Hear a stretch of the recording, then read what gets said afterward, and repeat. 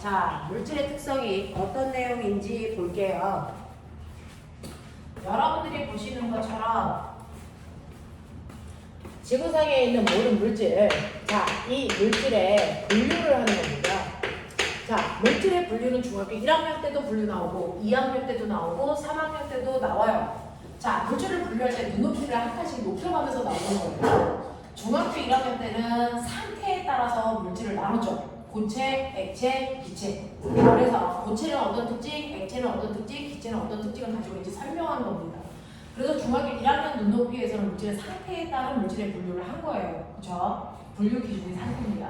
그리고 중학교 2학년 눈높이에서 물질을 분류할 때요. 물질을 분류하는 기준이 뭐냐라고 하는 거죠.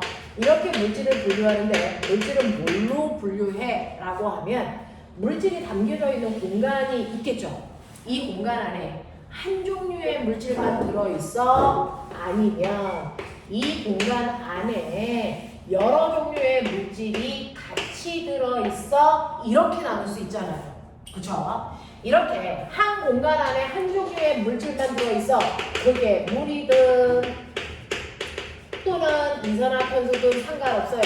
한 종류의 물질로만 되어 있으면 그 물질을 나는 뭐라고 한다? 순물질이라고 할게 라고 하는 거야. 그런가 하면 이 공간 안에요 여러 종류의 물질인 물도 들어있지만 여기에 여러분들이 알고 있는 이산화탄소도 들어있고 암모니아도 들어있어. 이런 식으로요. 여러 종류의 물질이 같이 들어있으면 이걸 뭐라고 그럴래? 이걸 혼합물이라고 할래. 이렇게 한 거야. 됐어? 그러니까 특정한 공간 안에 몇 종류의 물질이 들어있느냐, 들어있는 물질의 종류. 한 종류만 들어있으면 순물질, 여러 종류의 물질들이 같이 들어있으면 혼합물, 이렇게 나누겠다는 거죠. 근데 순물질에도 꼬맹아 두 종류의 순물질이 있어. 사실은 산소라는 기체, 질소라는 기체 또는 헬륨 또는 철처럼 됐어. 한 공간 안에 얘만 들어있으니까 순물질이겠죠. 얘만 들어있어도 순물질, 얘만 들어있어도 순물질인 거 맞아요. 또 같은 공간 안에 한 공간 안에 이산화탄소라는 물질만 들어있어도 순물질이네요. 물만 들어있어도 순물질이고 암모니아만 들어있어도 순물질인 거 맞습니다. 근데 이 순물질과 이 순물질은 뭔가 다르지 않아요? 원소. 그렇죠. 위에 있는 순물질은 한 종류의 원소로만 되어 있는 거 보이십니까? 그래서 얘네들을 원소물질이라고 합니다. 자, 그런가 하면 밑에 있는 순물질은요 두 종류 이상의 원소가 결합해서 만들어진 순물질입니다. 됐죠? 자, 그럼 두 종류 이상의 원소가 합 됐습니까? 네, 얘를 우리가 뭐라 합니까? 화합물이라고 합니다. 그러니 화합물도 순물질이에요. 원소물질 당연히 순물질입니다. 됐죠? 네, 이런 순물질들이 있는가 하면 혼합물도요 섞여 있어요. 자, 섞여 있는데 소금물처럼 섞여 있을 거냐, 흙탕물처럼 섞여 있을 거냐, 이겁니다. 소금물은요 이렇게 소금물을 내가 만들었대. 건더기 없어. 됐어? 소금물을 만들었어. 그러면 여기를 찍어 먹어본들 여기를 찍어 먹든 여기를 찍어 먹든 소금물의 짠 정도가 어떨까요? 같겠죠. 이렇게 고르게 섞여 있어서 짠 정도가 같은 아이들 맞습니까? 고르게 섞여 있는 아이들을 뭐라 그럴까요? 균, 일, 혼, 함, 물 이렇게 얘기할 거예요. 됐어? 어디나 섞여 있는 비율이 똑같아. 짠 정도가 똑같아요. 균형 혼합물이야. 근데 흙탕물 같은 경우에는 오랜 시간 동안 가만 놔두면 흙의 대부분은 밑에 가라앉아 있어. 맞지? 위에는 주로 물이 있어. 이렇게 섞여 있을 거 아니야. 그러면 흙과 물이 섞여 있는 비율이 어디나 같니? 아니지. 달라. 그러면 고르지 않게 섞인 거야. 이걸 뭐라 그럴 거야? 그렇지. 불균일 혼합물이라고 할래? 이렇게 얘기하는 거야. 이런 식으로요. 물질들을 나는 너무하게 됐어? 한 종류의 물질로 있으니까 순물질이야. 너는 여러 종류니까 혼합물이야. 이렇게 나눌 수도 있지만 순물질 중에서도 원소 순물질이냐 화합물이냐 혼합물 중에서도 균일 혼합물이냐 불균일 혼합물이냐 이렇게 나눠요. 그 중에 불균일 혼합물을 우리 아니 균일 혼합 혼합물을 다른 말로 뭐라 그러냐면 균일 혼합물을 용액 이렇게 부르는 거야. 그래서 불균일 혼합물을 용액이라고 부르면 되니 안 되니? 안 돼. 그래서 네, 용액은 균일 혼합물만 부르는 이름이야. 되겠냐? 자, 그러면 보면은 균일 혼합물 중에 너네는 뭐 알아?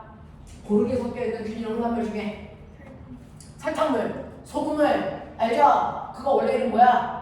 설탕, 수, 용액, 소금, 수, 용액, 질산, 나트륨, 수, 용액 이런 것들이잖아. 됐어? 그러니 여러분들이 알고 있는 이런 용액들이라고 하는 소금물, 설탕물, 또 우리가 일반적으로 집에서 쓰는 것 중에 용액이 뭔지 아세요? 식초요. 식초는 아세트산 수 용액. 됐어? 소주요. 에탄올 수용액. 알코올 중에 먹을 수 있는 건 에탄올. 먹으면 뒤지는 거 메탄올. 알겠어? 아빠가 드시는 건 에탄올 수용액. 되겠냐? 이렇게 얘기하는 거거든요. 그래서 얘네들이 혼합물이고요. 균일 혼합물이고요. 또 있죠? 균일 혼합물에 누구 있어? 공기. 그럼 거꾸로 얘기할게요. 공기는 용액입니다. 아시겠어요? 우리가 착각하는 게 있어요. 용액은 액체일 거라 착각입니다. 알겠어? 고체 상태로도 용액이 존재하고요. 액체 상태인 용액들도 있고요. 기체 상태인 용액들도 있습니다. 용액은 균일 혼합물을 통칭해서 부르는 이름이야. 그래서 균일 혼합물과 같은 말이야. 용액. 그래서 공기는 용액입니다.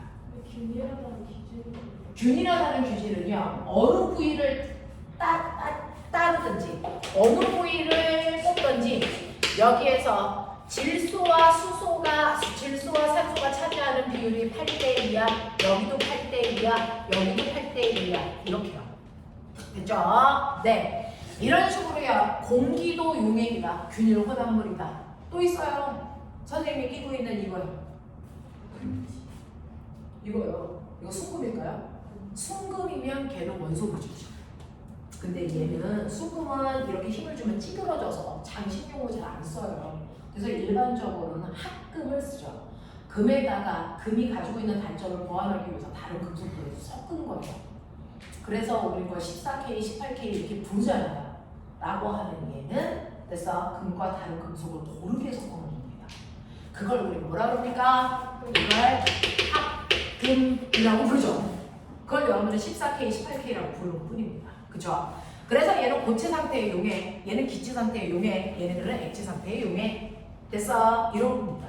이런 식으로 디테일하게 나눌 수도 있단 말이죠.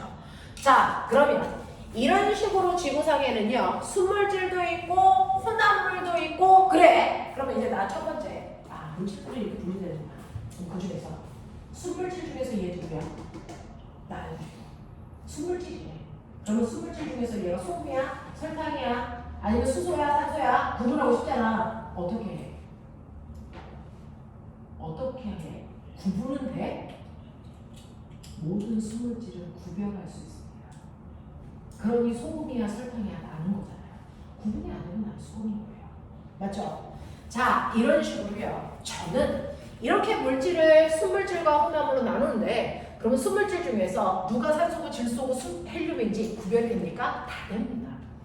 다 돼요. 그래서 아무리 성격이 비슷해도 같은 물질이 아니면 다 구별할 수 있습니다. 되죠?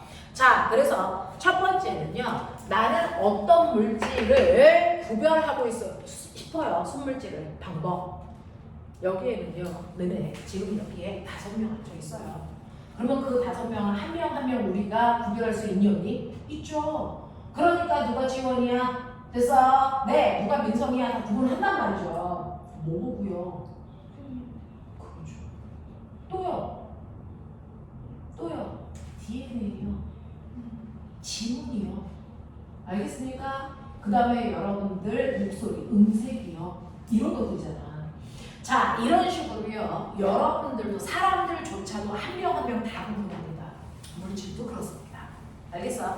그러면 이렇게 물질을 구분하고 싶으면 A라는 물질과 B라는 물질이 같은 성질을 이용해서 구별해야 되니 다른 성질을 이용해서 구분해야 되니 다른 성질을 이용해서 구분해야죠. 그래서 그 물질만 가지고 있는 특별한 성질이 물질을 구분하는 기준이 되겠죠. 자, 그래서 그 물질만이 가지고 있는 특별한 성질을 물질의 특별한 성질, 그래서 그걸 뭐라 합니까? 물질의 특성이라고 부릅니다. 자, 그 물질만이 가지고 있는 특성을 가지고 우리는 물질을 구분할 때 쓸 건데, 사람은 DNA, 지문, 그 다음에 음색 이런 거라면 물질은 뭘까요? 라고 하는 그 물질만이 가지고 있는 특성으로요, 물질을 구분하는데 우리가 쓰는 게 바로 초등학교 때 소금인지 설탕인지 뭐에 많이? 뭐가 많죠. 인간이 가지고 있는 오감으로 구분하죠. 그래서 시각, 후각, 청각, 미각, 촉각. 알겠습니까? 이렇게 인간이 가지고 있는 오감과 오감을 도와주는 간단한 도구를 이용해서 어렸을 때는 물질을 구분했습니다. 이 방법을 찾아봐 우리는 겉보기 성질이라고 하죠. 그래서 색깔을 봤어요, 냄새를 맡았어요, 맛을 봤어요, 결정형을 봤어요, 쪼개짐을 봤어요, 이런 거. 그래서 네, 이렇게 인간이 가지고 있는 오감과 그 오감을 도와주는 간단한 도구를 통해서 물질을 구분하는 방법을 어렸을 때 썼는데 저건 안 써야 됩니다. 왜? 소금과 설탕이 확실해? 이거 한 놈은 독약이 아니야? 라고 하는데 그냥 찍어 먹어. 뒤진다는 얘기죠. 그래서 겉보기 성질이라는 거 사용할 수는 있지만 위험해서 잘 안 씁니다. 알겠죠? 네. 그래서 겉보기 성질이라는 건 그냥 있다. 요거로 많은 거죠. 자, 그럼 겉보기 성질 말고요. 물질을 구분하는 그걸 뺀 나머지 4가지 성질에 대해서 중학교 교과서에 나온다. 이 얘기입니다. 그래서 실제로 물질은 5가지로 구분하는데 그 중에서 우리는 얘네들에 대해서 집중해서 볼 거야. 그 중에서요. 여러분들 물질을 구분하는 방법 중에 첫 번째가 뭐냐면 어는 점, 끓는 점인 거 아세요? 물은 몇 도에서 얼어? 0도에서 얼죠? 몇 도에서 끓어요? 100도. 그러면 0도에서 얼고 100도에서 끓는 거 물 말고 뭐 있어요? 어떤 것도 없습니다. 진짜요. 그래서 어느 점과 끓는 점을 보면 이 새끼 누군지 알아요. 그러면 똑같은 액체인데요. 물은 100도에서 끓죠. 에탄올 78도에서 끓어요. 메탄올 64도에서 끓어요.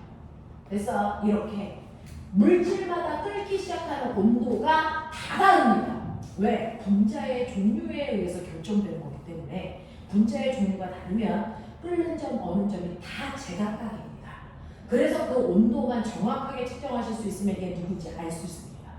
맞죠? 그러니까 물질들이 상태가 바뀌기 시작하는 온도, 그거를 우리는 어는 점, 녹는 점, 끓는 점이라고 하죠.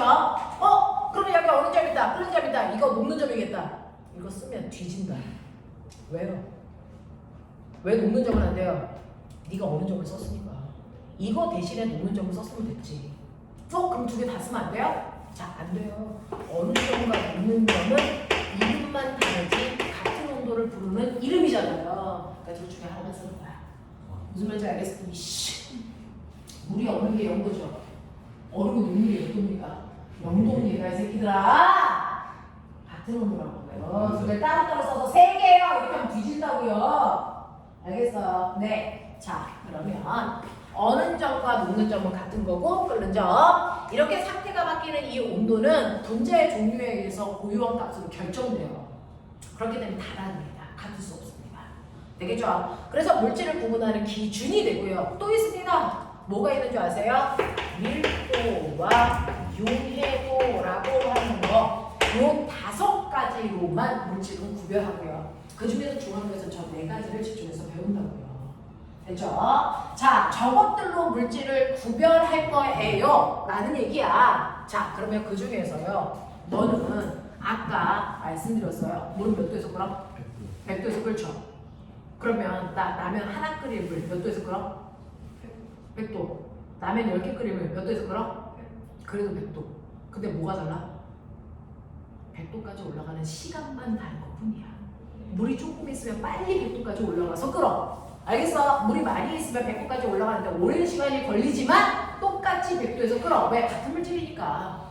알겠어? 그러면 선생님, 순수한 물의 대표적인 물은요, 시간이 지나면 온도가 막 올라가서 정확하게 100도가 되면 끓는군요. 그럼 끓고 있는 동안 온도는 변해 안 변해? 물이 막 달달달 끓고 있어? 냄비에 아직 물 있어? 그럼 온도가 계속 올라갈까? 아니면 계속 100도일까? 계속 100도예요. 자, 물질의 상태가 완벽하게 다 바뀌어서 물이 완전하게 물로 바뀔 동안, 수증기 기체로 바뀔 동안 물 다 쫄아버릴 때까지 그 물의 온도는 계속 100도입니다. 왜? 그럼 내가 가해주고 있는 열은 뭐야 됐어요? 그 물의 입력을 끊는 데 쓸지 온도는 못 올라가요. 상태가 바뀌는 동안은 절대 온도가 올라가지 않습니다. 이게 순물질의 특징입니다. 됐죠? 거꾸로 얘기하자. 물은 몇 도에서 얼어? 0도에서. 물은 0도에서 오니까 내가 온도가 50도인 물을 온도를 낮춰요. 그러면 시간이 지나서 온도가 쭉쭉쭉쭉 낮아져 0도가 되는 그 순간부터 물이 얼기 시작하죠. 근데 아무리 냉동실에 집어넣어도 물이 다 얼 때까지는 몇 도를 유지해? 0도를 유지해. 됐어. 이렇게 상태가 바뀌는 동안에는 온도는 바뀌지 않아요. 그 온도가 변하지 않고 유지되는 이 온도를 우리가 특정한 온도, 끓는 점, 얼는 점이라고 이름 붙이는 거지. 알겠어? 이런 얘기거든요. 됐죠? 그래서 물은 100도에서 끓고 물은 0도에서 얼는데 상태가 완벽하게 다 바뀔 때까지 그 온도 유지합니다. 됐죠? 네. 물에다가 내가 소금을 넣어. 소금을 댔어요. 그럼 물과 소금 다르잖아요. 소금은. 물은 순물질이니까 상태가 바뀔 동안 100도를 계속 유지한다 했어? 그럼 소금물은? 거죠. 자, 순수한 물은요, 액체가 이렇게 있어서 끓고 있는 동안 기체가 될 때 내가 가해주는 모든 열이 여기를 끓느냐고 쓰기 때문에 온도는 안 올라가요. 그래서 100도를 유지하는 거예요. 네, 근데 소금물이 있어요. 소금물은 여기에 소금이 있고 여기에 물 있고 이렇게 섞여 있잖아요. 그래서 내가 온도를 막 올리면 100도가 됐을 때 물이 나 끓어야 돼! 라고 했을 때 옆에 있는 소금 뭐라 그럴까? 화이팅! 이거 할까? 안 돼! 이거 할까? 결정하셔야 됩니다. 됐죠? 혼합 물들은요, 각각의 성격이 드러나려고 할 때 옆에 있는 아이가 도와줄까 방해할까? 무조건 방해합니다. 무조건 방해합니다. 도와주는 새끼 하나도 없습니다. 알겠어?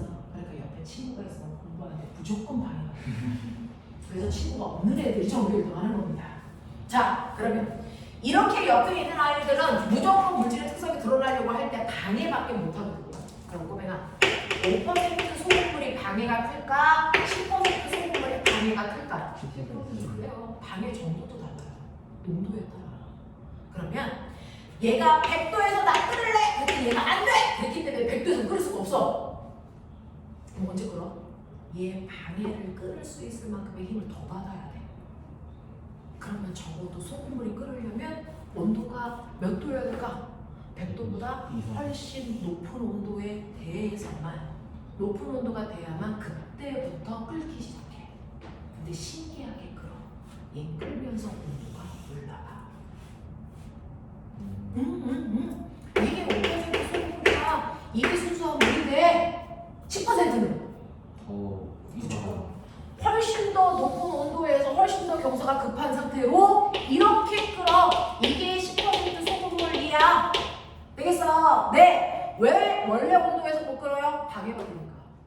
10% 소금물이 5% 소금물보다 훨씬 더 방해를 많이 받기 때문에 훨씬 더 온도가 높아야만 끓어. 그럼 여기까지 인정. 근데 왜 끓고 있는 동안 온도는 더 올라가? 왜 여체로 수평하지 않아? 왜 경사지면서 끓어? 이거잖아요. 왜 끓고 있는 동안 온도가 계속 올라가? 생각해봐. 끓고 있는 동안 물은 날아가죠. 그럼 물이 춥죠. 그럼 5% 소금물이 끓고 있는 동안 어떻게 될까? 10% 소금물, 20% 소금물, 30% 소금물로 바뀌는 거 아니야? 그럼 방해가 점점 뭐해지니? 심해지지. 그래서 그때마다 온도를 더 높여야 되기 때문에 그렇습니다. 되겠죠? 그래서 이렇게 끓고 있는 동안 온도가 높아지는 이유는요. 끓고 있는 동안 농도가 뭐해지기 때문에 높아져서 그래서 경사가 질 수밖에 없어. 그럼 보면은 이렇게 비커에 액체가 담겨져 있는데 난 이게 누군지도 궁금하지만 순물질인지 혼합물인지 궁금해. 뭐 해보면 돼? 끓여보면 돼.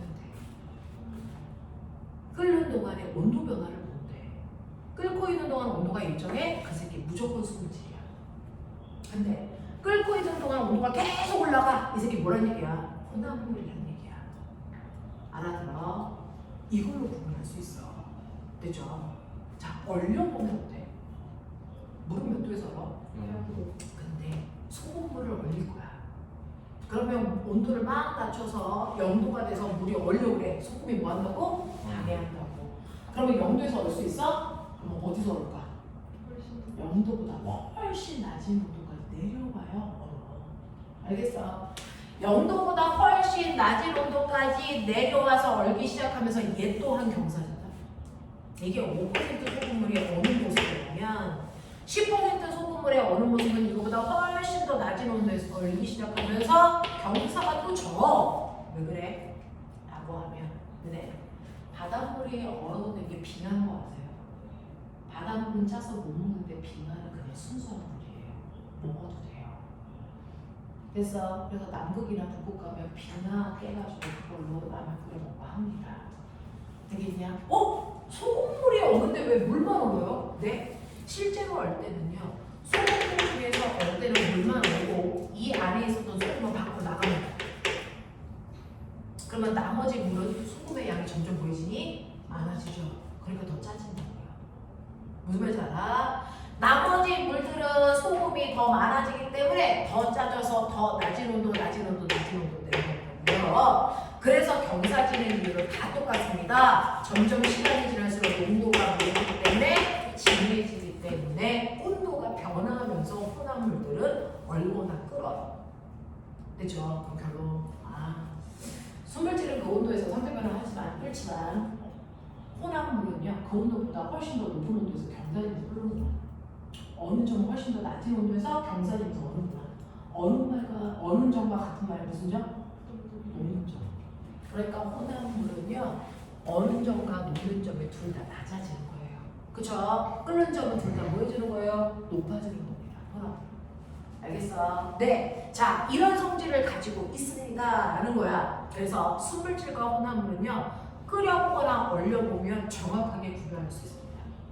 이해해? 이해해? 이런 얘기야. 그래서 너네가 가지고 있는 60페이지 보세요.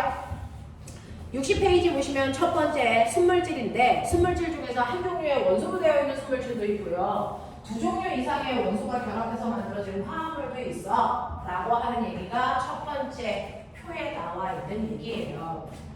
자, 그 다음에 두 번째 보시면 혼합물도요. 균일 혼합물과 불균일 혼합물이 있죠. 자, 그랬을 때 균일 혼합물의 조건이 뭐예요? 아까 물어봤었는데 균일 혼합물 어디나 섞여 있는 비율이 일정해야 되는 거고요. 불균일 혼합물은 섞여 있는 비율이 일정하지 않은 애들을 불균일 혼합물이라고 한다고요. 자, 그 다음에 우리 물질을 하나하나 구분할 때 그 물질만이 가지고 있는 특별한 성질, 물질의 특성으로 구별할 수 있어요. 그쵸? 그 물질의 특성이요. 보지 말고 얘기해봐. 5개야. 첫 번째, 겉보기 성질. 두 번째, 어느 점. 세 번째, 끓는 점. 그 다음, 밀도. 그 다음, 용액. 됐어. 이것만으로 물질을 구분할 수 있는데요. 그럼 선생님 이것 말고요. 길이, 부피, 온도, 농도. 이거 물질 구분돼? 안 돼? 안 된다고. 그러니 얘네들만 물질을 구분하는 특성입니다. 정확하게 머릿속에 넣으셔야 돼요. 됐어? 온도 안 된다고요. 됐어? 농도 안 된다고요. 무슨 말인지 알겠죠? 얘네들로만 물질을 구분할 수 있다라고 하는 거 기억해 두시고 그 중에서요. 나는 누구인지 특정한 물질도 구분하고 싶지만 나는 이 물질이 수물질인지 혼합물질인지 구분하고 싶어. 가장 쉬운 건 끓는 점, 어느 점 보는데 수물질일 때는 수평학과가 생기지만 혼합물 때는 수평학과가 안 생깁니다. 경사진다. 그래서 그 중에서 혼합물은 원래 수물질의 끓는 점보다 뭐해진다? 높아진다. 어느 점과 녹는 점은 원래 수물질보다 뭐해진다? 낮아진다. 되겠습니까? 그 그림을 그려놨죠? 자, 그 중에서요. 우리는 순수한 물은 여러분들 그냥 강물 생각하면 되고요. 소금물은 뭐? 바닷물 이거 생각하면 돼요. 자, 우리 겨울에 한강은 얼죠? 태평양은 어니? 안 얼죠? 왜? 어느 점이 훨씬 낮으니까 못 오는 거예요. 무슨 말인지 알겠어? 이런 얘기입니다. 이런 얘기입니다. 자, 그래서 이러한 특성으로 순물질인지 혼합물인지 알 수 있는데 옆에 61페이지 봐. 5번. 순물질 찾아. B. 네. A로 혼합물. 됐습니까? 이렇게 구별이 된다고요. 무슨 말이 납득이 되냐? 네. 1번부터 6번까지 풀어. 선생님 그러면 물은 아무리 끓여도 됐을까요? 네. 100도인 상태예요. 저거 얼음에서 체크해요. 아, 얼으면서요. 물이 그 물들끼리 입자가 결합을 하면서 그 결합 사이로 밖으로 밀어내는 거예요. 근데 만약에 그 지구 온난화가 심해서 빙하게 그래도 녹으면 바닷물의 농도가 내려가는 거 아니에요? 바닷물에 농도가. 네, 바닷물이 싱거워지죠. 그래서 태평양이 얼마나 뭐? 태평양이 얼마나 멀어서 미국까지 갈 수 있어요. 네, 이제 지금 네, 그렇게 하세요. 리모트로 하세요. 묻지 말고 풀어.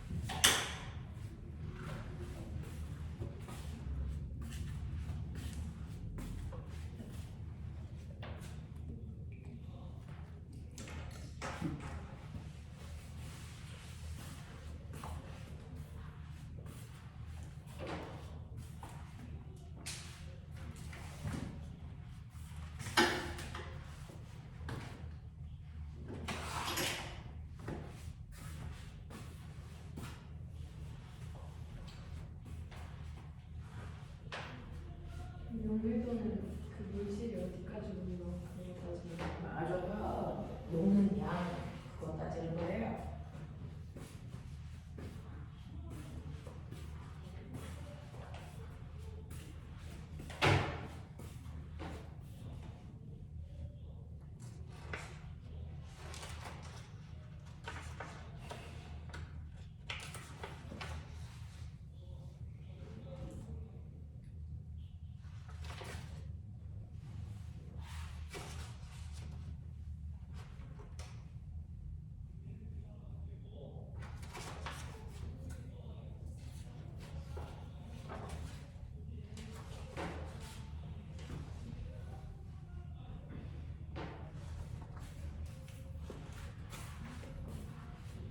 우선 직전도 하시고요. 넋을 놓고 있으면 뒤지거든.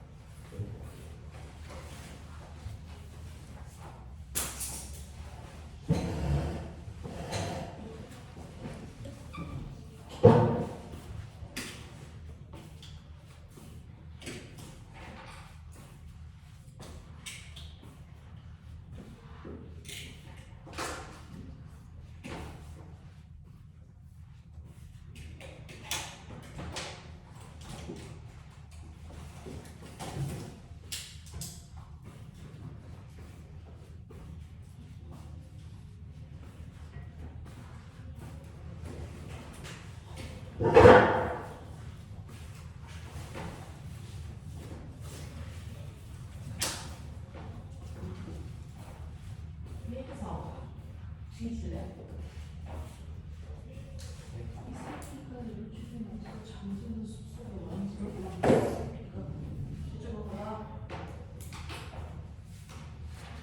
자, 질문할 거 얘기하죠. 대충 다 채점하실 것 같은데요. 자, 6번에 3번 또. 나머지 됐어요. 6번에 3번 보시면 일상생활에서 혼합물의 성질을 이용한 예입니다. 라고 합니다. 자, 그 중에서 세 번째, 전류의 흐름을 차단하는 퓨즈라고 하는 아이가 있습니다. 이건 낙하고 주석이라고 결합했어요. 라고 하는 합금 얘기하는 건데, 퓨즈는 합금으로 만든 건데요. 실제로 여러분들이 여름철에 엄청나게 전류를 많이 씁니다. 그럼 집에 엄청나게 전기 에너지가 들어오기 위해서 전선 속에 원자로 되어 있는데 이번에 배우셨어요. 전자가 들어와서 충돌하는 저항이라는 게 생기는데 전류를 많이 쓰면 충돌 많이 하죠. 충돌하는 부분에서 뭐가 발생할까요? 열. 그래서 뜨끈뜨끈 해줍니다. 근데 엄청나게 많이 쓰면 여기서 엄청나게 열 발생하겠죠? 그러면 여기서 뭐가 생기겠습니까? 화재가 생깁니다. 그래서 합선으로 집이 불타고 막 이런 일들이 옛날에 많았단 말이죠. 근데 요즘에는 거의 없죠. 왜 그럴까요? 앞에 안전장치라는 퓨즈를 설치합니다. 이걸 설치하면요, 이 퓨즈는 전선보다 훨씬 더 얇게 설치해요. 그래서 열이 발생하면 이 퓨즈가 먼저 끊어져 전류를 차단해버려요. 그래서 불나지 않게 하는 안전장치입니다. 됐어? 그러면 얘가 왜 먼저 끊어져요? 여기 있는 아이는 멀쩡한데 얘 혼합물로 만들었어요. 혼합물은 녹는 줄이 훨씬 더 뭐합니까? 낮아요. 그래서 빨리 녹아버려요. 그래서 끊어져요. 알겠습니까? 그 원리를 이용한 거야. 혼합물이면 더 높아야 되나? 녹는 점, 어는 점 같은 말! 그치? 오케이. 그런 거. 알겠어? 혼합물은 녹는 점이 훨씬 낮아요. 그래서 먼저 녹아요. 그래서 전선이 불나기 전에 그 아이가 끊어져서 안전하게 할 수 있어요. 우리 집에 그거 있죠? 뭡니까? 두꺼비지. 되게 퓨즈입니다. 그래서 옛날에는 정말 끊어졌거든요. 요즘은 끊어지지 않고 차단기가 내려오죠. 그럼 엄마가 이 미친년들아 콘센트 다 빼! 그러고 딱 빼고 나서 다시 올리면 멀쩡해지죠. 이런 거예요. 알겠어? 그겁니다. 그걸 퓨즈라고 하는 거고 혼합물을 이용한 물체입니다. 라고 하는 거죠. 자, 그러면 이렇게 혼합물을 분류할 때도 쓸 수 있는 게 녹는 점, 어는 점, 끓는 점이라고 하는데 이게 바로 상태가 바뀌는 순간의 온도야. 자, 보면은 고체가 액체로 상태가 바뀌는 이 온도를 뭐라 그러니? 고체가 액체로 바뀌는 걸 유해라고 해, 이 새끼야. 액체가 기체로 바뀌는 걸 뭐라 그러니? 이 썩을 놈의 새끼들이! 이거 뭐라 그러냐? 기화 새끼야. 기체가 액체 되는 거. 액화! 액체가 고체 되는 거. 고화. 뭐 상담부가 잘하자. 액체가 고체 되는 거 뭐라 그래? 이거 응고! 응고! 응고! 더럽게 무식한 새끼들. 됐어. 자, 근데 액체가 고체로 액체로 바뀌기 시작하는 온도는 뭐라고 그래? 상태 변화는 유해라고 하는데 상태가 변하기 시작하는 온도를 뭐라고 그러냐? 그걸 녹는점이라고 합니다. 고체가 액체, 얼음이 물로 녹아야 녹는 점. 그죠? 액체가 기체되는 거 뭐라 그래? 기화. 그 기화가 일어나는 온도를 뭐라 그러냐고 박태가. 이게 바로 끓는 점이라고 얘기하는 거야.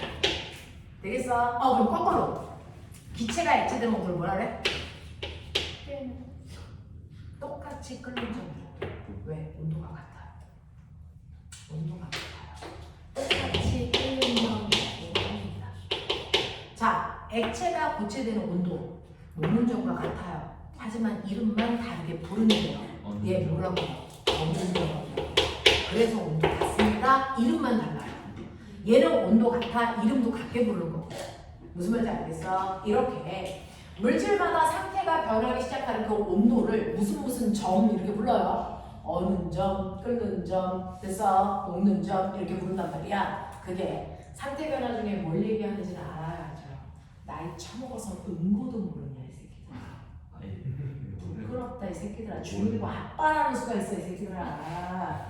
되겠어? 이렇게 얘기한단 말이야. 자, 그러면 빨리 기억해. 아니 머릿속 또 쪽팔리면 안 되잖아. 얼른 해결해. 기억했어요. 했어? 그럼 꼬맹아, 고체가 기체 되는 건 뭐라 그러냐? 오! 우와! 이런 게 있었다. 우와! 승화, 맞다. 승화, 승화성 물질, 드라이 아이스. 알겠냐? 이런 거. 진짜 한번 해야 돼. 아 진짜 합반으로 합반각이다. 자, 그럼 꼬맹아, 여기에 비커에다가요 커다란 얼음을 집어넣고 알코올 램프로 가열을 하면서 온도 변화를 측정해 볼게. 이런 얘기야. 그러니까 지금 이 얼음의 온도는 영하 20도다. 그럼 영하 20도에서부터 시간이 지납니다. 그럼 온도 올라가겠죠? 가열하니까. 자, 온도가 막 올라가. 자, 올라가서 계속 올라갈 거라고 상상을 했어. 근데 아니래. 가다가 멈춘대. 몇 도에서? 100도. 지랄. 영도. 영도 이 새끼. 영도. 와, 병신들의 집단이다 진짜. 영도. 아 맞췄어. 자, 영도에서요. 막 가열하고 있는데 온도가 더 이상 올라가지 않고 계속 일정해. 불이 꺼졌나? 그래서 봤는데 안 꺼졌어. 근데 계속 온도가 일정해. 왜 그래? 스물지. 이상한. 왜 그래? 이 순간 상태 변화가 일어나니까. 됐어. 뭐가 뭘로? 얼음이 이제 이 고체가 뭘로? 고체가 상태가 바뀌니까. 그래도 수준이 다 고르는 거라서 괜찮다. 누구는 다 알고 있는데 누구들만 모르면 되게 곤란한데 다 몰라서 괜찮네. 그렇죠? 그래서 그러면 이제 앞으로 계속 가야 해도 온도가 안 변하나? 그랬는데 다시 올라가기 시작한대. 왜 그럴까? 이제 액체가 상태가 다 바뀌었으니까. 여름이요. 단순한 이 병신 새끼들처럼 남자 같은 애들이야. 단순해. 찐다. 그래서 한 번에 하나밖에 못해. 한 번에 하나밖에 못합니다. 이거는. 여름.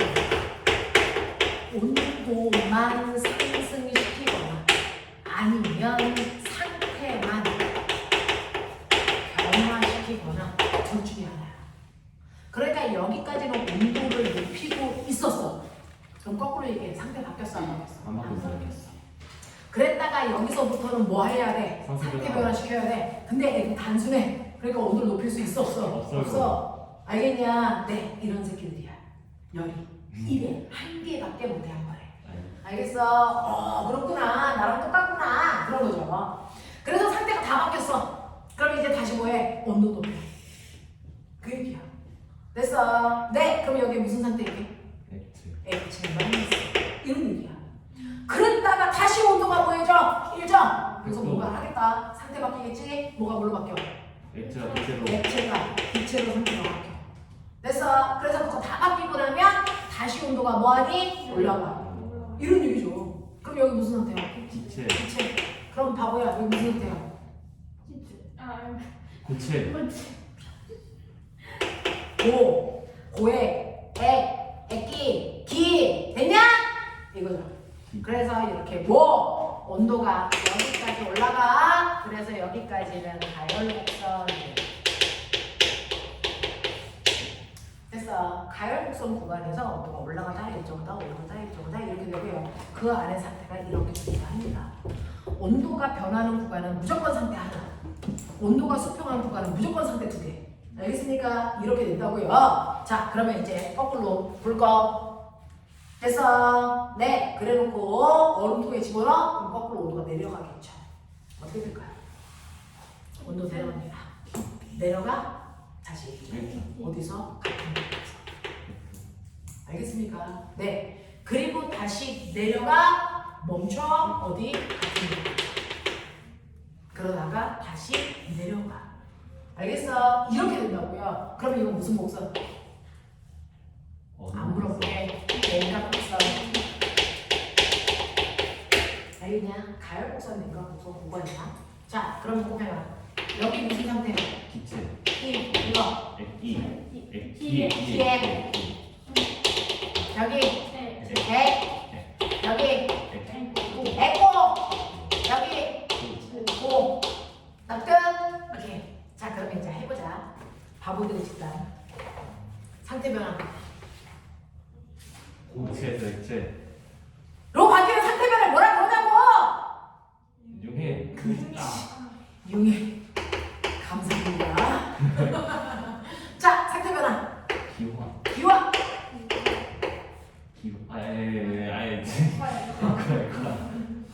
뒤질래 진짜? 이거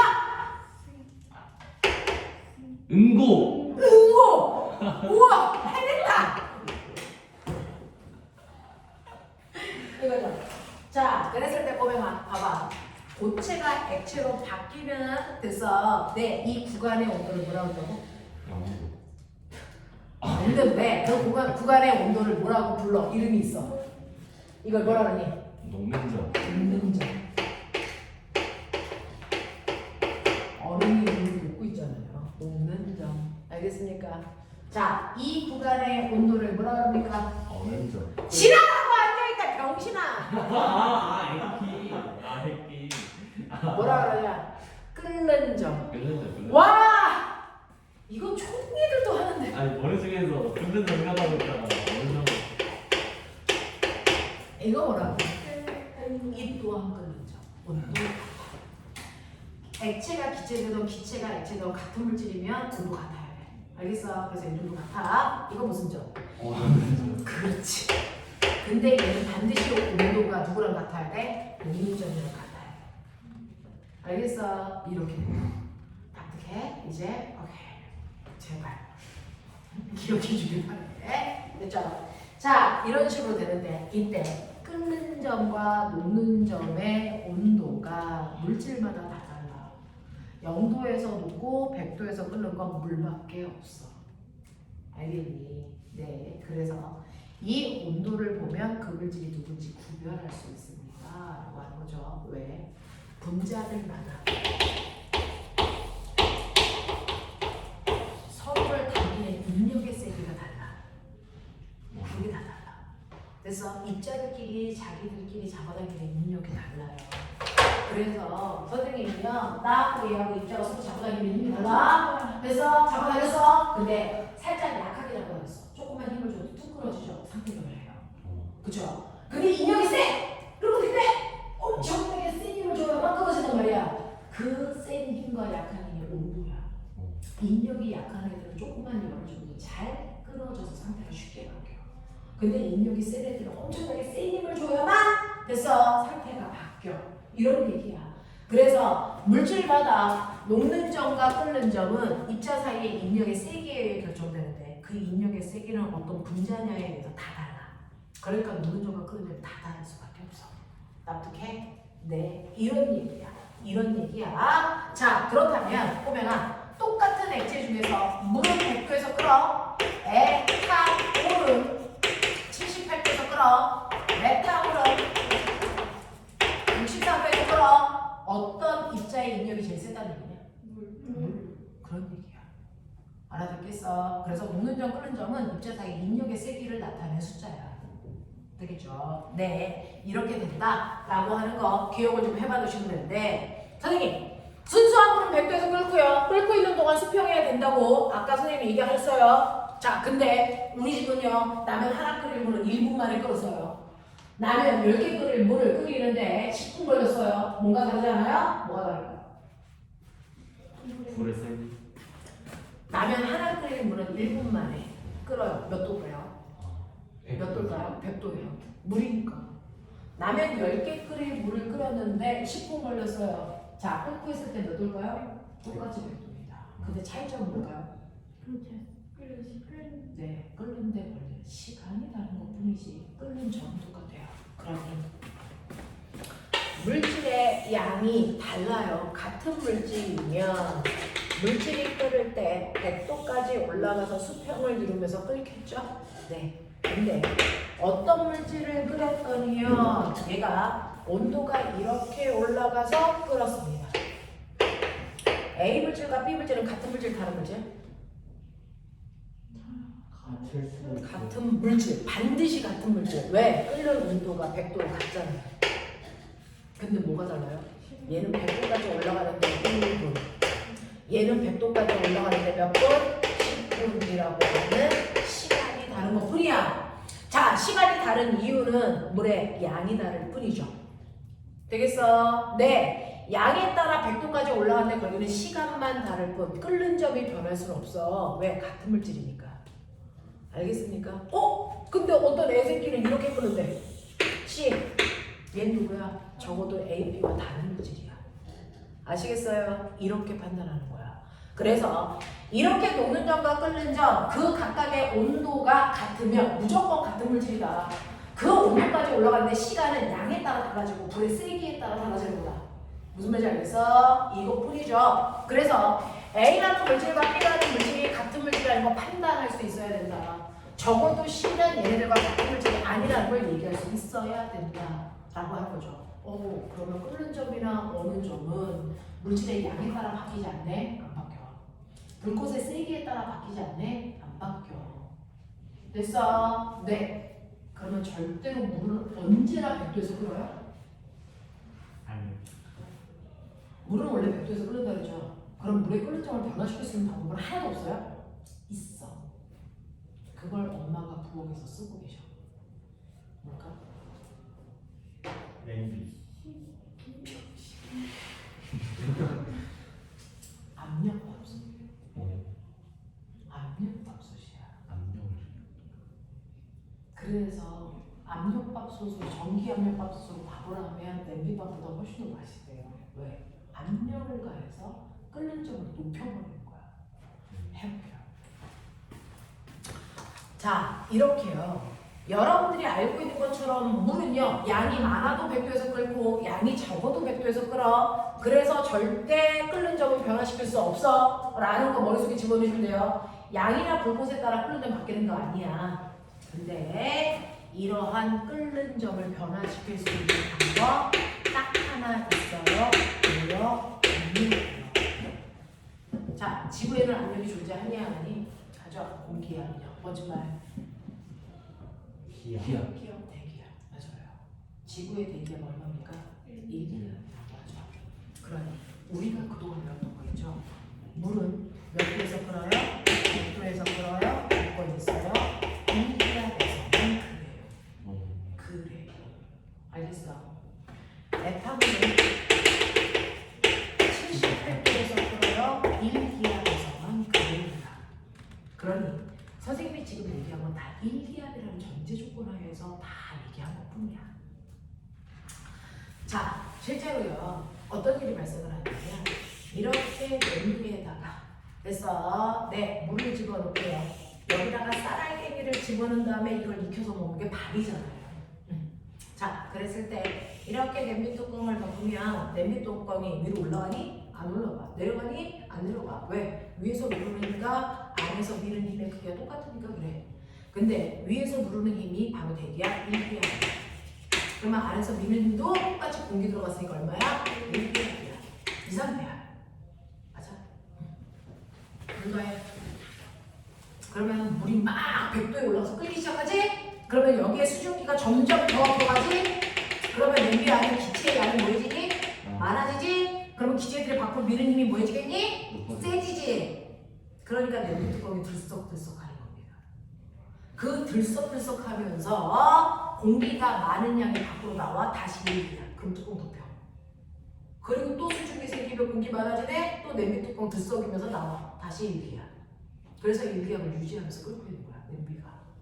알겠어? 그러니 이 물의 온도는 100도야. 그러면 이 100도의 열을 받아서 쌀이 익어서 밥 되겠지. 그러니까 우리가 밥은 100도의 열로 쌀을 익힌 거야. 그걸 먹는 거야. 근데 못 나오게 막아. 압력밥솥 뚜껑을 꽉 닫아. 그거잖아. 그래서 이 안에서 수증기 생겨. 근데 뚜껑을 못 열어. 못 나와. 그럼 어떻게 될까? 1기압이 2기압, 3기압, 4기압 안에 있는 기압이 올라가요. 그러면 이런 식으로 아까 입자가 있어서 입자끼리 서로 잡아당기는 힘 이거를 끊으려고 온도가 필요했다고 보잖아.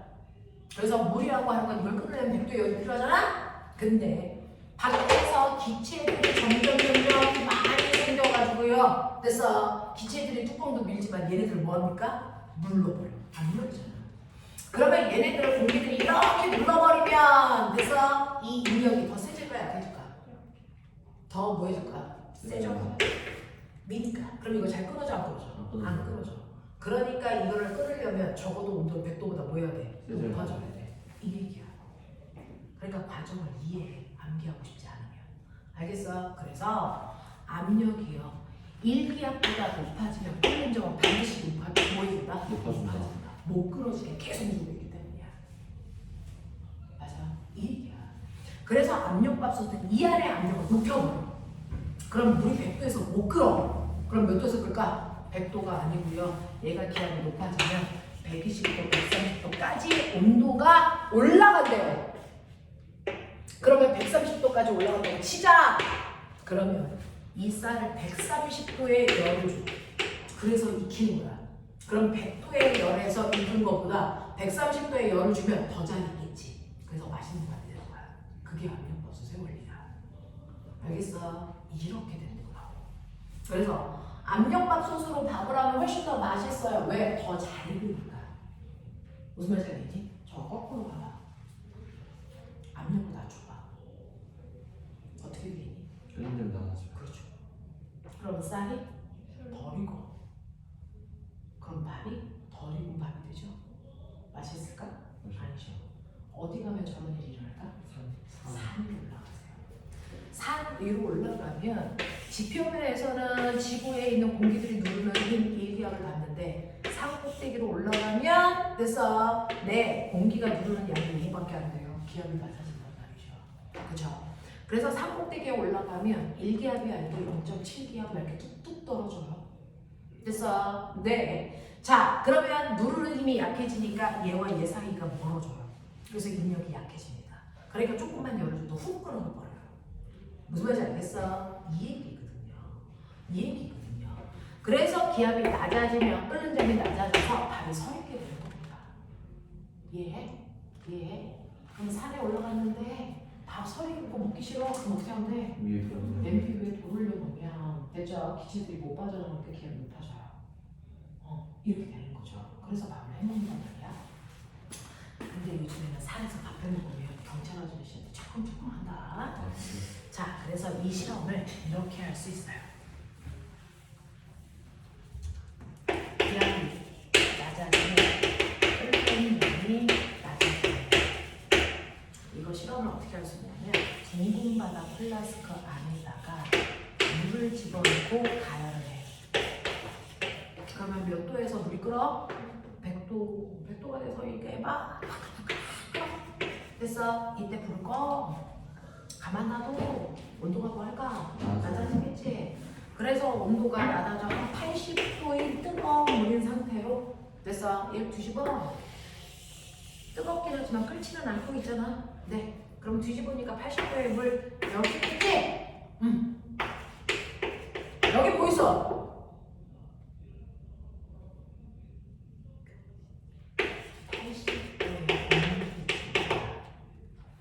그죠?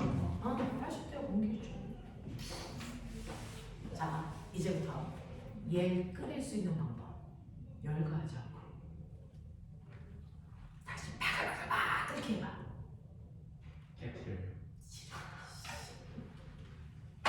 신기한 거 보여줄게요. 얘가 다시 막 기포가 생기면서 끓는 모습 볼 수 있어요. 압력을 낮춰줘.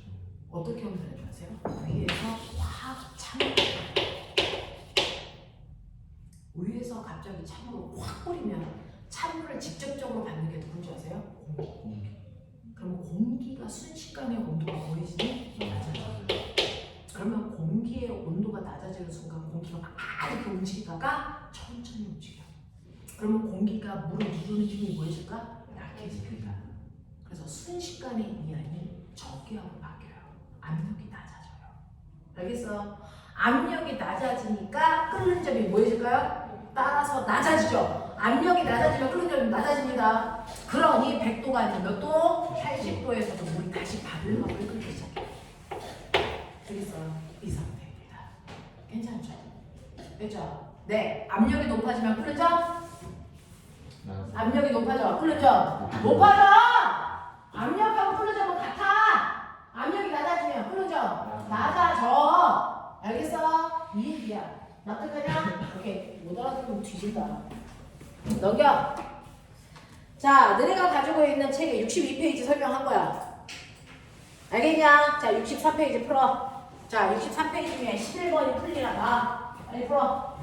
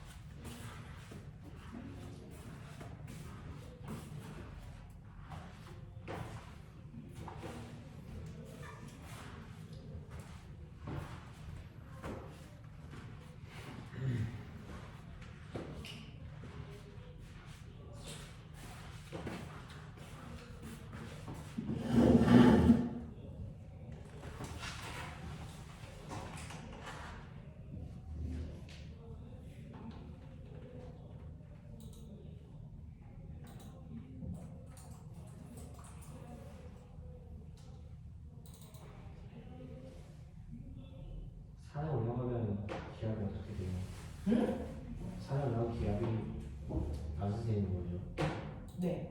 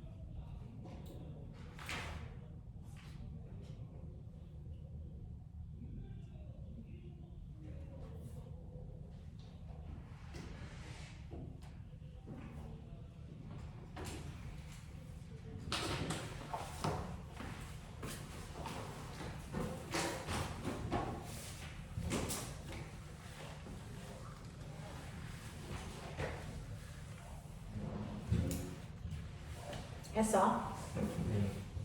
중점도 했어. 자, 그러면서 11번 잠깐 봐.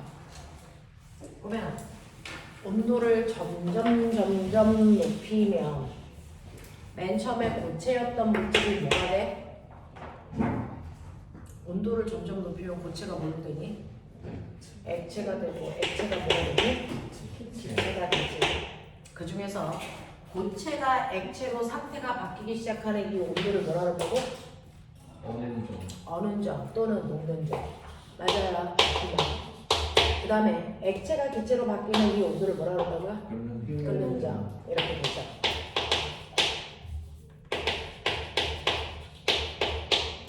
자, 그 중에서요, 여러분들이 가지고 있는 11번에 A 좀 보시면 녹기 시작하는 온도가 영하 218. 그래서 끓기 시작하는 온도가 얼마냐면 영하 183입니다. 얘 산소입니다. 산소의 실제 녹는 점과 끓는 점이에요. 얘는 여러분들 바닷속에 잠수할 때 산소통 메고 들어가죠. 그 산소통 속에 산소는 무슨 상태로 있을까요? 액체 상태로. 그래야 많이 들 수 있으니까. 그래서 네, 이렇게 되어 있습니다.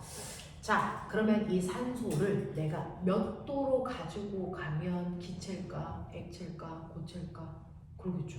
그래서 내가요 10도로 가져가요. 무슨 상태일까요? 자, 10도는 이온도보다도 높고 이온도보다 높죠. 그러면 여기죠. 무슨 상태로 존재합니까? 기체예요. 됐죠? 만약에 산소를요 녹는 점보다는 높이고 끓는 점보다 낮은 이 사이의 온도로 가져가요. 무슨 상태일까요? 무슨 상태일까요? 액체겠죠. 만약에 이 산소를 어느 점보다도 아래 온도로 가져가요.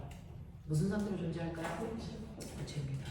그래서 끓는 점과 어는 점만 보면 지금 현재 온도에서 얘네들이 무슨 상태일지 예측할 수 있다는 거예요. 자, 지금 몇 도로 가져가면 돼요? 20도. 됐죠? 자, 그럼 20도에서 얘 무슨 상태입니까? 기체. 20도에서 무슨 상태입니까? 기체. 20도는 영하 183보다 훨씬 높은 온도잖아요. 그래서 기체로 존재합니다. 됐죠? 자, 똑같은 일을 나는 B도 볼게요. B는요. 얘의 어느 점 또는 녹는 점이 몇 도입니까? 0도. 끓는 점 몇 도입니까? 100도. 근데 몇 도로 가져갑니까? 20도. 20도는 이 두 온도에 어디에 있습니까? 가운데. 그러니까 무슨 상태입니까? 액체죠. 판단할 수 있죠. 됐어. 네. C도 볼게요. C는요. 녹는 점이 몇 도냐면 80도고요. 끓는 점이 몇 도냐면 218도입니다. 근데 나 몇 도로 가져간다고요? 20도. 그러니까 20도 어디냐고요? 고체. 네, 여기 있다. 그래서 고체라고. 알겠어? 이런 식으로 물질의 어는 점, 녹는 점, 끓는 점을 보면 각각의 온도에서 그 물질의 상태 판단할 수 있어야 돼. 그치? 그러면 이게 기체고, 이게 액체고, 이게 고체였지? 그럼 눈치채. 가장 끓는 점이 높은 건 무슨 상태의 라인이야? 똑같이 20도에서도 무슨 상태의 라인이야? 고체. 고체 상태의 아이들이 가장 끓는 점이 높아서 녹지도 않고 끓지도 않아 고체 상태로 있는 거야. 가장 끓는 점이 낮은 애는 무슨 상태로 존재하는 아이들이야? 기체. 기체 상태로 존재하는 아이들이야. 같은 온도에서 이미 끓은 아이들. 알겠어? 이런 거니까. 그래서 끓는 점이 가장 높은 거, 고체 상태의 아이들이 끓는 점이 가장 높은 거구나. 알겠습니까? 이렇게 된다는 거 판별. 하겠지? 네. 네. 그러면 7번부터 11번까지 좀 서실래요?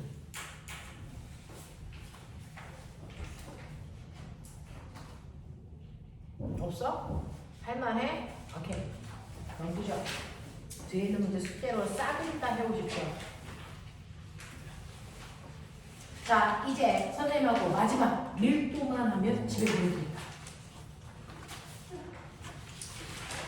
자, 지금이요. 우리요. 말기 알아듣는 친구들만 그죠? 말기를 알아듣을 수 있는 친구들만 있기 때문에 선생님이 속도를 조금 내서 갈 겁니다. 그죠? 네.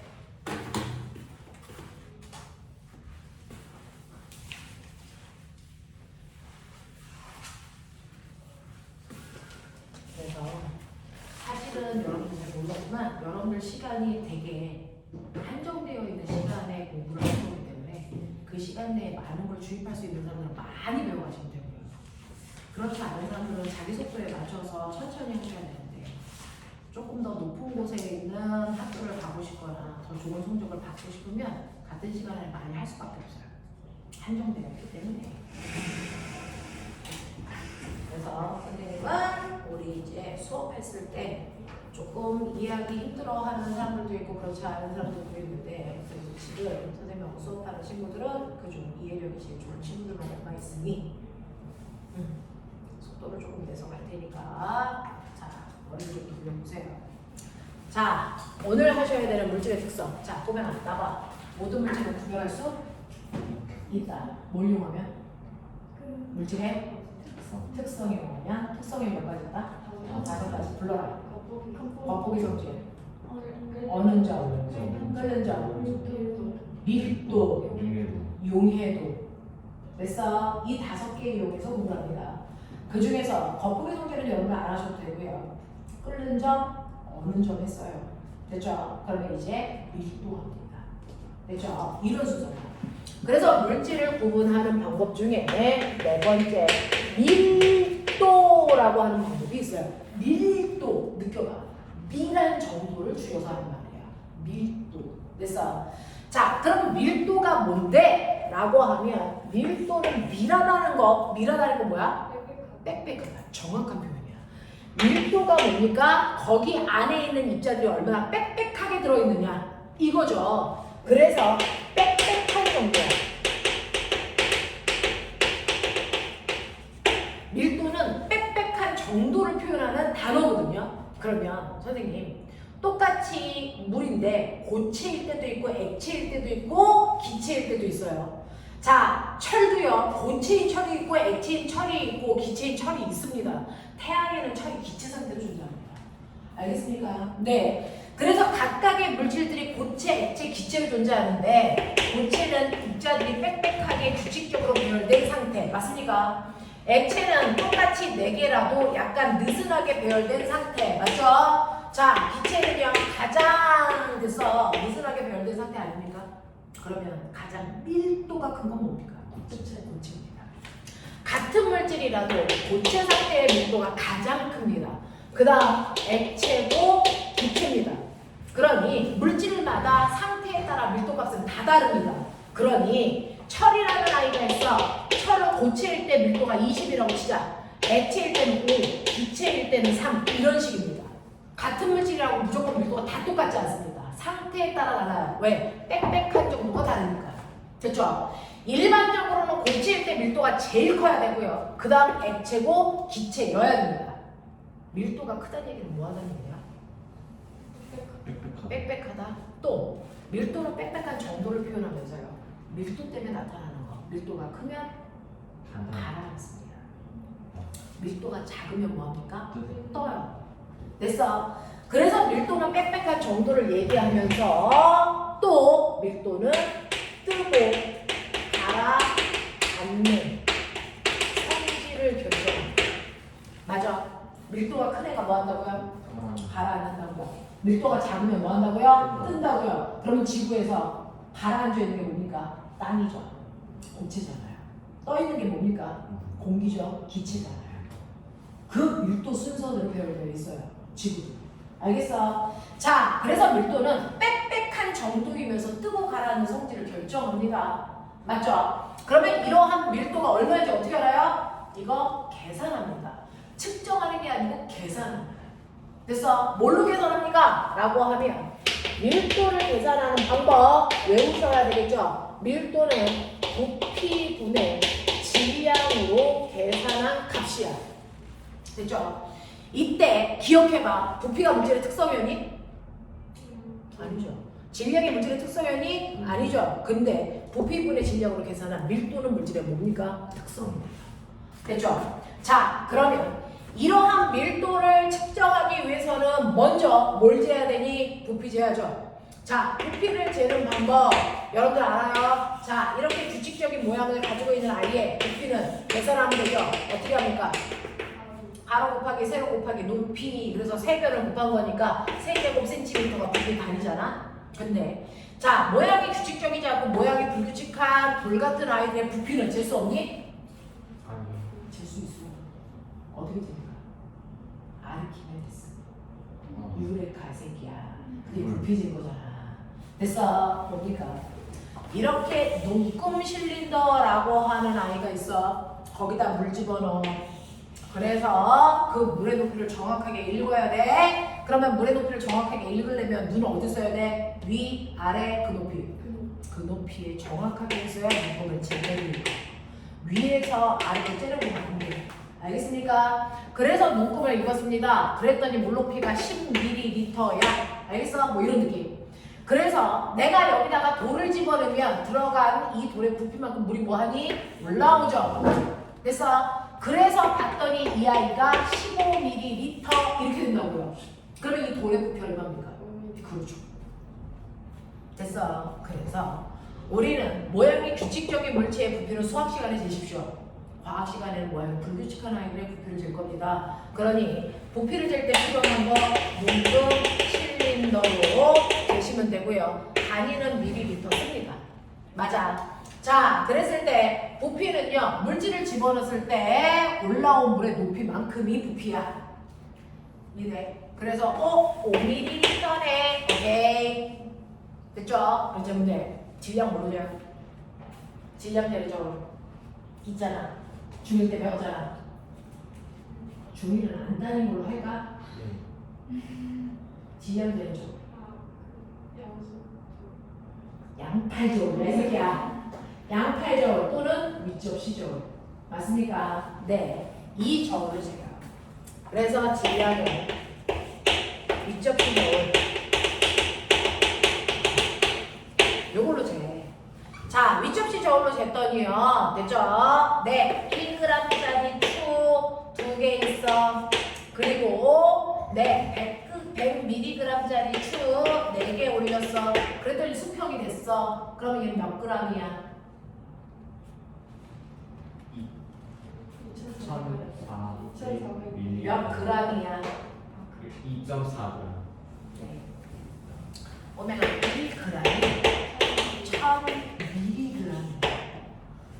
얘가 100mg짜리 4개 있으면 400mg인데 400mg은 0.4g이잖아. 그러니까 이 아이는 2.4g이야. 뭐 이렇게 한단 말이야. 됐죠? 네. 여러분들을 계산하기 편하게 얼마 줄까요?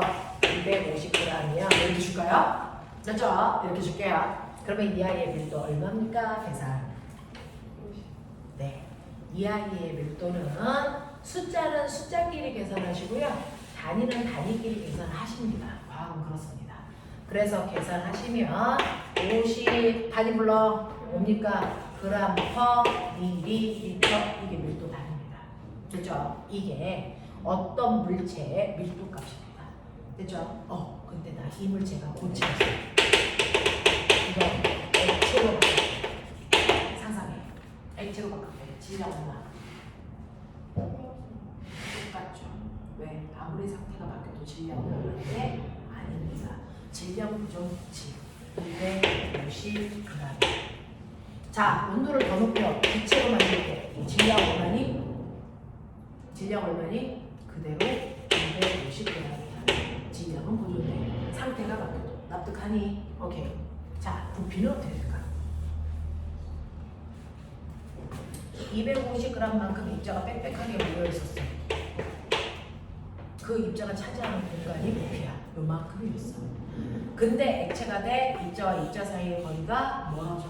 그러면 얘네를 담는 그릇의 크기는 뭐 해줘야 돼? 커져야 돼요. 부피가 커진다는 얘기죠. 그래서 부피는 커집니다. 되겠냐? 밀도 얼마냐? 근데 물은 얼면 닥쳐. 이거 하나 해. 자, 밀도 얼마니? 25. 네, 25g per ml. 고체일 때 밀도가 더 큰 게 바꾼다. 됐어. 기체로 만들게요. 질량 그대로입니다. 기체는 입자가 됐어. 네, 맞아. 그러면 이걸 담는 그릇이 훨씬 더 커져야 되겠죠? 자, 그럼 이 그릇이 라고 하자. 밀도 얼마니? 얼마니? 납득합니까? 이런 식으로 됐다. 됐죠? 이건 일반적인 물질입니다. 그래서 일반적인 물질이 고체에서 액체로, 액체에서 기체로 갈 때 밀도가 작아지는 이유, 상태가 바뀌어도 질량은 변하지 않는데 부피가 커지기 때문입니다. 맞죠? 근데 우주에 딱 하나 골 때리는 새끼가 있어요. 저 순서가 아니에요. 그게 뭡니까? 아까 저 새끼가 얘기한 물입니다. 물입니다. 물을 얼면 부피가 뭐지? 커져요. 됐죠? 그러니 액체보다 고체일 때의 부피가 더 큰 게 물입니다. 됐어? 자, 물은 얼면서 부피가 커져서 얼음일 때 부피가 20, 물이 되면 10 이렇게 된다고요. 맞아? 그러면 얘는 밀도가 얼마이겠습니까? 얼마? 12.5g per ml. 자, 물일 때는 부피 밀도 얼마? 25. 얘는 크죠? 됐죠? 네. 그리고 수증기가 되면 얼마? 0.5. 이런 느낌이야. 됐어? 그래서 일반적인 물질의 밀도는 고체일 때가 훨씬 커. 그 다음에 액체야. 그 다음 기체야. 근데 우주에 딱 하나 뭐가 있다고요? 예외적인 아이가 있다고요. 그 예외적인 아이가 바로 뭐라고요? 물이라고요. 그래서 물, 얼음, 수증기, 이 글자, 한 글자, 두 글자, 세 글자 보여요? 1등, 2등, 3등입니다. 그래서 글자 수가 등수입니다. 밀도가 제일 큰 게 물입니다. 알겠냐? 그래서 보면 물이 얼어서 얼음이 됩니다. 그래서 빙하가 생겼죠. 빙하는 바닷물에 떠있니 가라앉니? 떠 있어. 왜? 물보다 밀도가 작아서 뜬 겁니다. 이해해요? 이렇게 됩니다. 됐죠? 이런 식으로 물만 예외다 라고 하는 거 이렇게 해서 밀도를 측정할 수 있는 겁니다. 측정할 수 있는 겁니다. 그래서 밀도는 상태에 따라 달라질 수밖에 없다. 됐죠? 왜? 상태가 달라져도요. 질량은 변하지 않고 얘는 일정하지만 부피 얘가 변해. 그러니까 상태가 달라지면 밀도 변할 수밖에 없어. 이런 얘기야. 됐죠? 그래서 상태에 따라 밀도는 변하는 값이다. 자, 그러면 보면 칠판. 이거 칠판 밀도 10이라고 치자.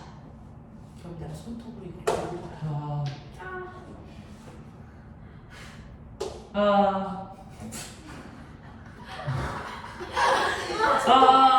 긁으면 여기 손톱 끝에 칠판 가로 묻었다. 자, 칠판의 밀도 10. 칠판 가로의 밀도 얼마? 10보다 10보다 크다 작다. 대략 10. 10입니다. 됐어. 상태가 바뀌면 밀도는 달라지지만 상태가 바뀌지 않는 같은 고체일 때는 같은 물질끼리는 밀도가 같아요. 그래서 구별할 수 있어요. 정말요? 네. 여기에 있는 이 아이의 밀도가 얼마냐면 10이라고 치자. 10이라고 치자. 자, 얘는 부피가 현재 얼마냐면요. 부피가 10이고요. 그 다음에 질량이 얼마냐면 100이었기 때문에 밀도가 10이었어요. 어떻게 해요? 자, 나는 얘를 10등분 할게요. 보이세요? 10등분 했을 때 이거 하나 밀도 얼마? 이 얘기 한 거잖아요. 이거 그대로 10입니다. 왜요? 똑같이 균등하게 10으로 나눴기 때문에 질량이 10분의 1을 줄여봤어요. 10g이겠죠? 저거 한 덩어리에. 부피도 균등하게 잘랐기 때문에 부피도 10분의 1을 줄여봤어요. 그러면 부피 얼마입니까? 1. 다시 밀도 얼마입니까? 10. 2죠. 무슨 말인지 알아? 네. 그래서 물질이 크던 작던 상관없어요. 같은 물질이면 밀도는 무조건 같아야 됩니다. 그러니까 물질을 구분할 때 밀도값으로 구분할 수 있어. 크게 상관없이. 그래서 밀도는 상태가 달라지면 밀도를 변하지만 같은 상태일 때 같은 물질들은 밀도가 무조건 똑같습니다. 알겠어? 네, 그걸 증명해 드린 겁니다. 자, 그러면 나는 이 문제가 나오는데 틀리는 아이를 납득할 수는 없는데 납득을 해보도록 하자. A, B, C, D 밀도 큰 순서대로 불러라. 얘 해마다 나온다? 해마다 틀린다? 밀도 큰 순서대로 불러. 뭡니까? A, B, C, D죠. 밀도가 크니까 가라앉은 거 아니에요? 밑에서부터 부르면 되는 거 아니에요? 이걸 틀리는 이유는 어느 나라의 아이들일까요? DCBA 탄자니아. 탄자니아 쪽은 틀리네요.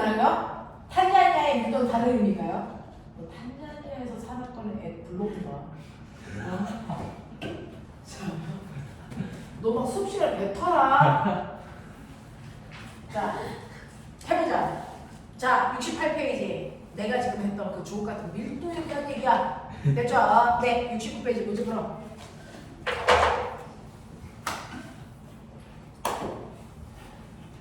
탄자니아 오빠 화이팅.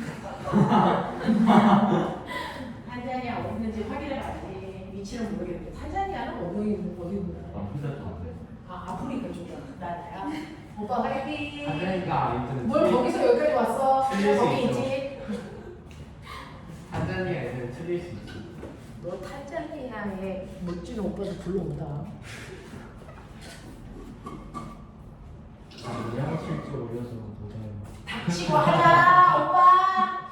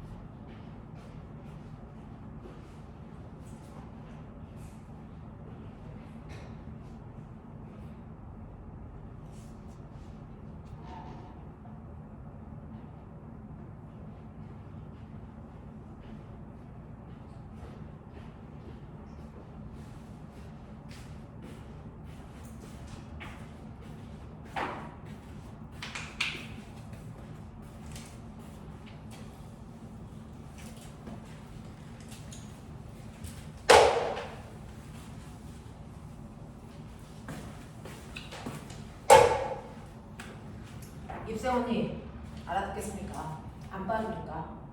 네, 애들은 허접합니다. 아 신입생은 그래서 있는 얘기야. 왜요? 아니에요? 뭐? 아니에요. 탄자니아 투?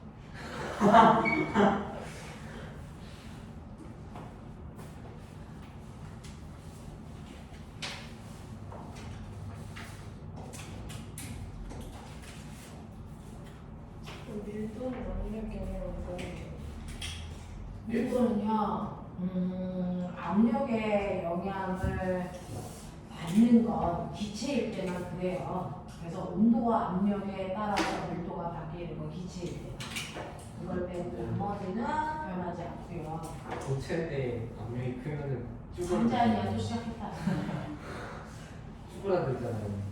그러니까 우리가 얘기하는 게 극한의 압력이 되면 고체도 부피가 바뀔 수 있잖아요. 네. 그렇게 되는 경우는 극한 경우니까 빼고 보편적 경우 얘기하는 거예요. 그래서 온도와 압력에 따라 밀도가 바뀌는 건 기체다 이렇게 합니다.